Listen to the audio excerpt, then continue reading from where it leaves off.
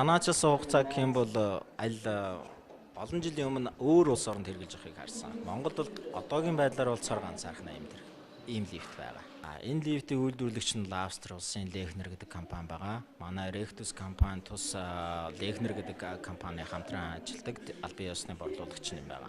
Тэгэхээр Монголд анх удаа энэ лифтийг оруулж ирдгийн гол эзэд нь болохоор нээлттэй нийгэм форум гэж энэ төрлийн бус байгууллагаас хүсэлт гаргаад захиалга өгсөн ийм шийдэл хайж өгөөч гэж бид тэр шийдлийн дагуу энэ лифтийг санал болгоод бид хамтран ажиллаад энэ лифтийг одоо байдлаар Монголд анх удаа өгсөрч чадаад байна. Лифт маань өөрөө 200-аас 300 кг-ийн даацтай. Өөрөөр хэлбэл тэрэгэн цэртэй мотортой бол моторгүй энгийн тэрэгэн цэртэй хүнийг дээр нэмээ тэр хүнийг төрж байгаа хүнтэй нь хамт өргөж явах чадaltaй. Секундэд 0.6-аас 0.15 метр явдаг.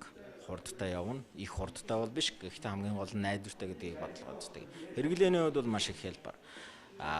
Хамгийн гол бас нэг бодож байгаа зүйлсүүдийн нэг юм бол Монголын орчинд өөрөөр хэлбэл манай барилга байгууламжууд эхнээсээ жижиг зайтай, эхнээсээ лифт барина гэсэн тооцоотой баригдаагүй байдаг. Тэгээд альва нэг төрийн байгууллагыг хүртээмжтэй болгооч гэхээр боломжгүй. Яагаад гэхээр лифт хийж болохгүй гэдэг. Тэр шийдлийг үндсэндээ оруулж ирж байна л гэсэн үг. Лифт маань хамгийн дээд нь 4 давхар хүртэл ийм лифт хийж болно. Гэхдээ үүнээс гадна өшөө маш олон төрлийн лифт бай. Лифт нь шууд шулуунаараа дээшээ явдаг. Шалан одоо цоолоо шууд дээшээ явдаг лифт байгаа. Эсвэл гадаа баригддаг лифт байгаа. Өгөө шатан дээр баригддаг лифт гэдэг маш олон төрлийн лифт байна.